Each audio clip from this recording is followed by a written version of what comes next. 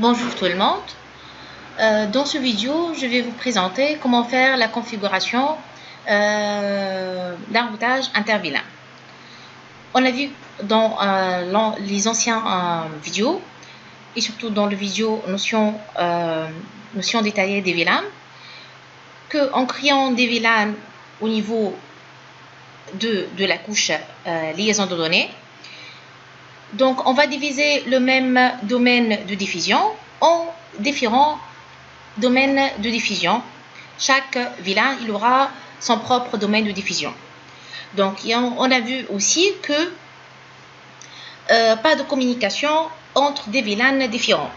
Donc après avoir créé les bases et faire les affectations des ports en mode access OR en mode trunk, donc il y aura communication entre les différents PC de même VLAN, quel que soit ils sont dans le même switch ou dans un autre switch dans le même réseau local.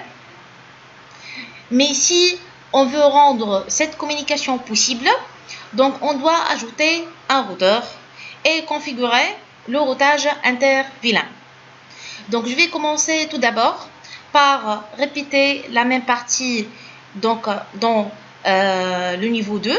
Donc je vais configurer les différents VLAN et faire l'affectation des ports tout en laissant cette interface donc fermée. Après on va expliquer comment on peut ajouter les commandes nécessaires pour faire la configuration de routage inter-VLAN. Donc j'ai choisi deux VLAN du type utilisateur, le 11 et le 12. Et comme VLAN de gestion est natif, ça sera le VLAN 99. J'ai donné pour chaque VLAN une adresse de réseau. Donc je vais commencer par ce switch. Je vais lui donner des noms. Switch 1, switch 2 et switch 3. D'accord? Donc je vais commencer par le switch 2. Le switch 2, il y aura deux ports en mode access, ce port et ce port, et deux modes en mode trunk. Je vous rappelle qu'il faut affecter les ports entre les différents switches et switch router au port trunk pour permettre l'agrégation de la liaison. Donc je vais tout d'abord commencer par changer le nom de l'équipement, désactiver la recherche de domaine. Après, je vais commencer par créer la base de données. Donc c'est VLAN 11, name, je vais l'appeler V11, VLAN 12, je vais l'appeler V12 et VLAN 99, je vais l'appeler V99. Vous devez faire attention, il faut que dans tous les switches, on écrit les noms de la même façon. Donc, il y a une différence entre minuscules et majuscules. Je vais afficher la table de base de données de VLAN. Donc c'est bon. Je vais faire de même pour les autres switches. Je peux bien sûr faire toutes les étapes une seule fois dans le switch, mais je vais juste pour vous arriver à me suivre, faire la même étape dans tous les switches.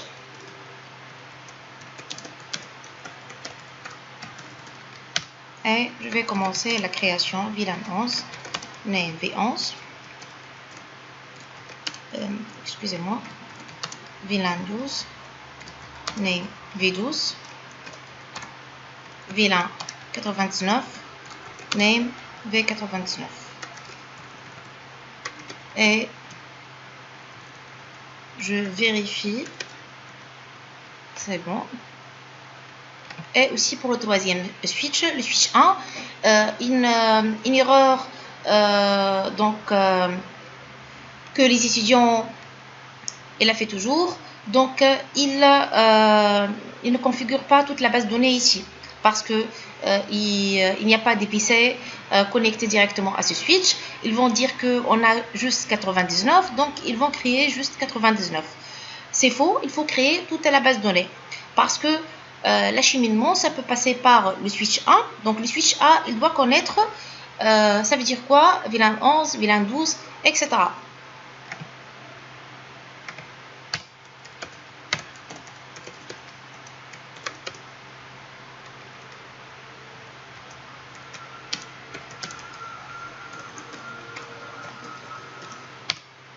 Et la création de la base, ce sont les mêmes commandes à exécuter.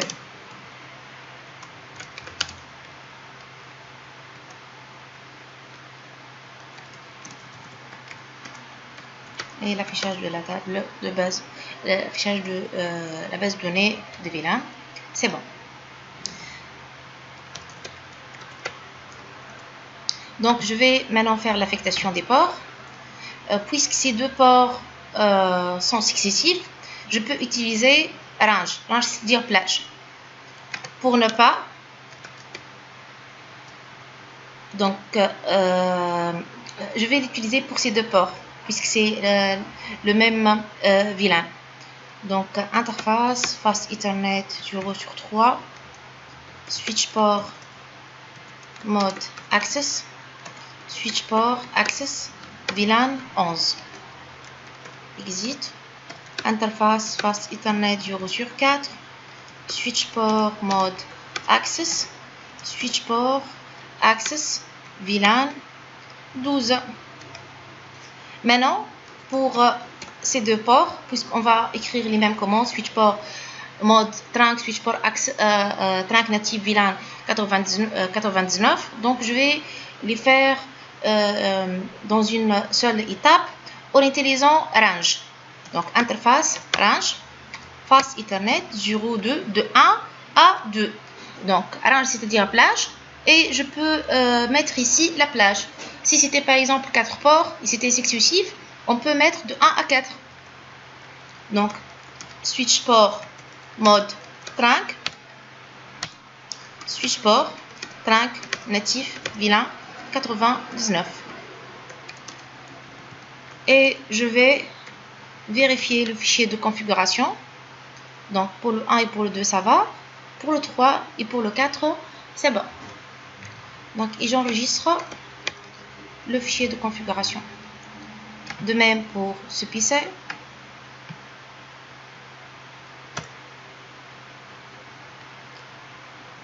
Donc ce message erreur parce que donc il a détecté une modification au niveau de ce port.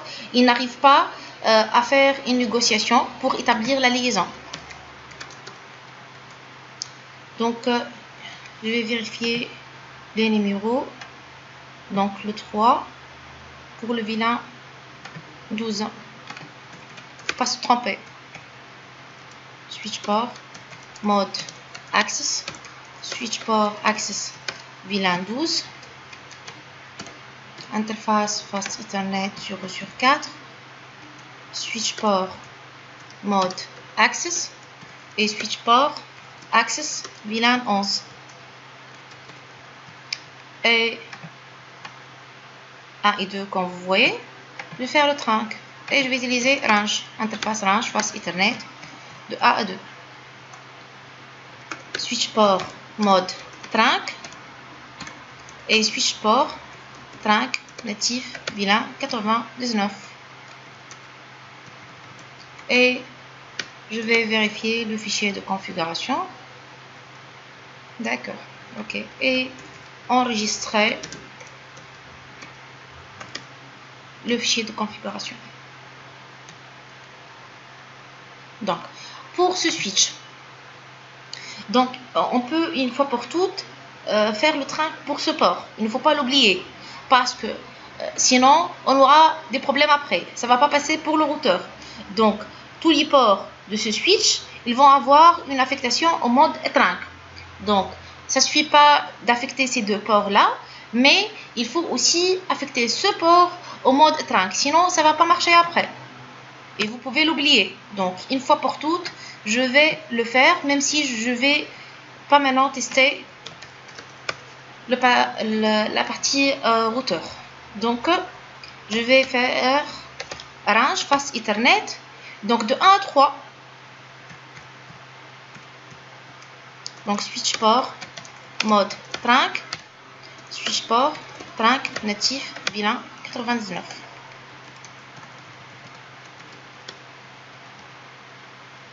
C'est bon. D'accord. Et j'enregistre la configuration. Maintenant, pour tester, je dois donner des adresses IP. Puisqu'on a un routeur, je vais laisser la première adresse dans chaque plage. Vous allez comprendre après pour les routeurs. Donc, je vais commencer toujours par la deuxième adresse.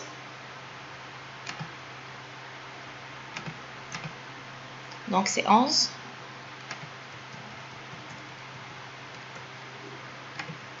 Je vais changer le masque. Et ça va être l'adresse réservée dans le routeur. C'est la passerelle. Vous allez comprendre pourquoi après. Donc, et de même pour ce PC, on va voir la troisième adresse. Il faut changer le masque, il ne faut pas l'oublier.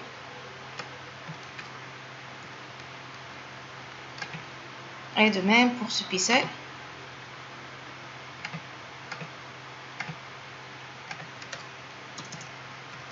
Point 2.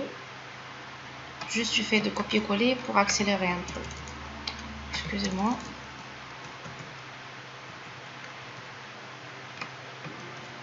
D'accord. Aussi, pour ce PC. 3. On change le masque et on indique la passerelle. D'accord. Maintenant, je vais tester le ping pour vérifier que la partie commutation, elle marche correctement. D'accord. Donc, ça doit marcher entre les PC de même VLAN et ça ne marche pas entre les PC de VLAN différents. Donc, normalement, de 11 à 11, ça marche. De 12 à 12, ça marche. Et entre les VLAN différents, ça ne marche pas.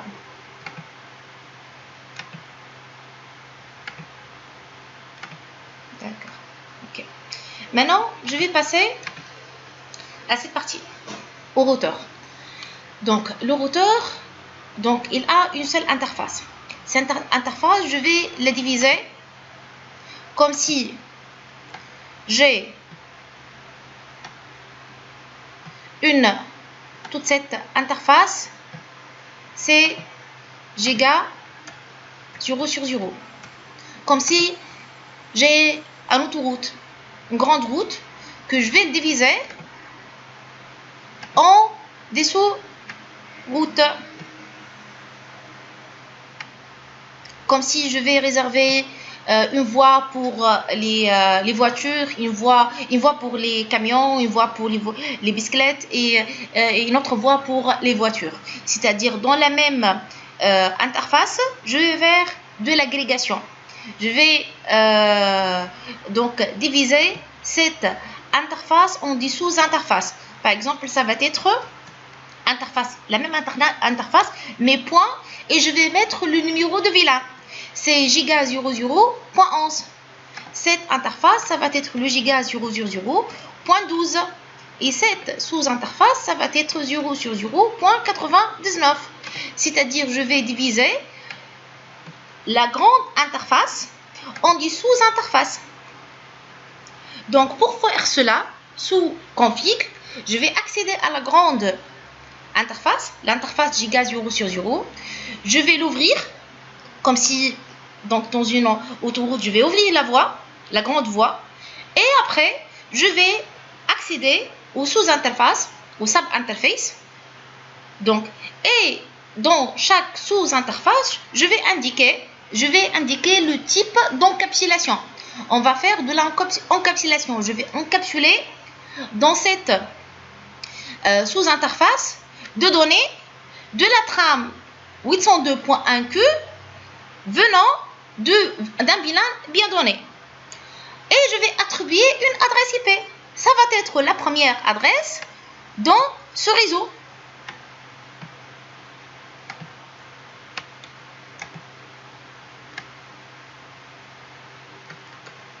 Donc ici, son adresse, ça va être .1. Ici, son adresse, ça va être 12.1. Ici, son adresse, ça va être 99.1, qui est la passerelle qu'on a indiquée au PC.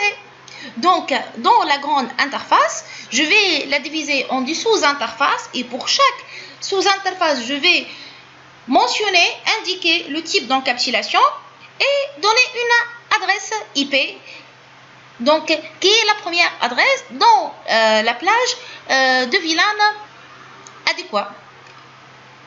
Donc, je vais accéder au PC,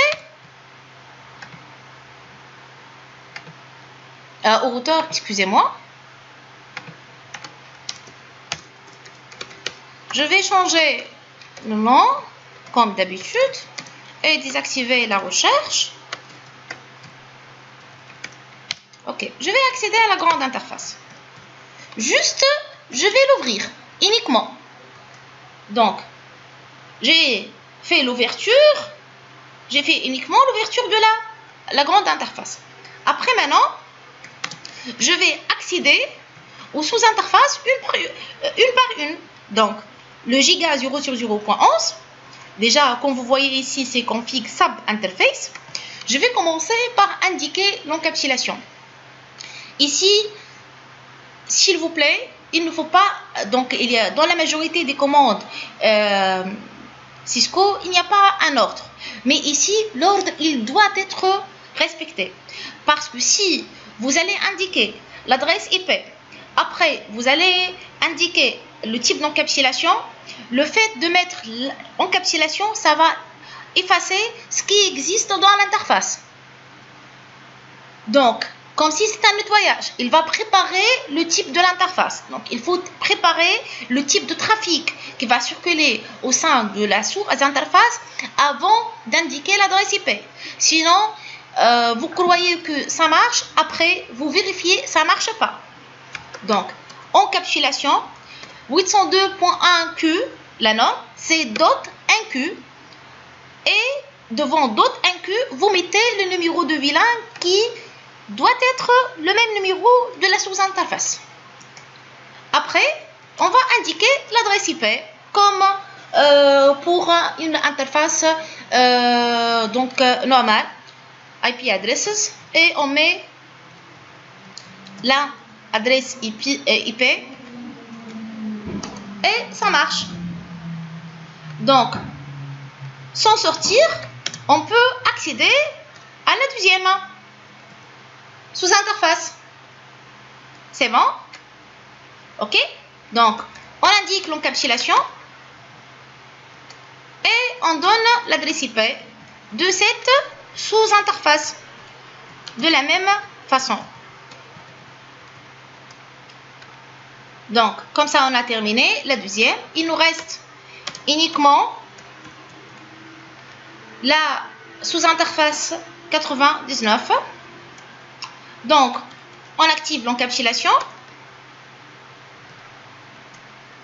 et on attribue une adresse IP dans la plage de VLAN 99. Maintenant, je vais afficher le fichier de configuration. Comme vous voyez, interface gigabit 0/0, no IP addresses. Vous ne devez pas ici mettre une adresse IP parce que pas mal de personnes, ils se trompent, ils vont créer le 11, ils vont créer le 12 et ils vont donner à cette interface, la grande interface, l'adresse de 99. C'est faux, ça ne marche pas. Donc, vous ne devez pas indiquer ou mentionner n'importe quelle adresse IP ici, juste vous allez ouvrir l'interface. Après, vous allez créer les sous-interfaces, donc une par une, Et dans chaque sous-interface, vous indiquez le type d'encapsulation et vous attribuez une adresse IP. Donc, comme vous voyez, donc c'est bon. Donc, il ne reste que enregistrer la configuration du fichier running vers le fichier startup config.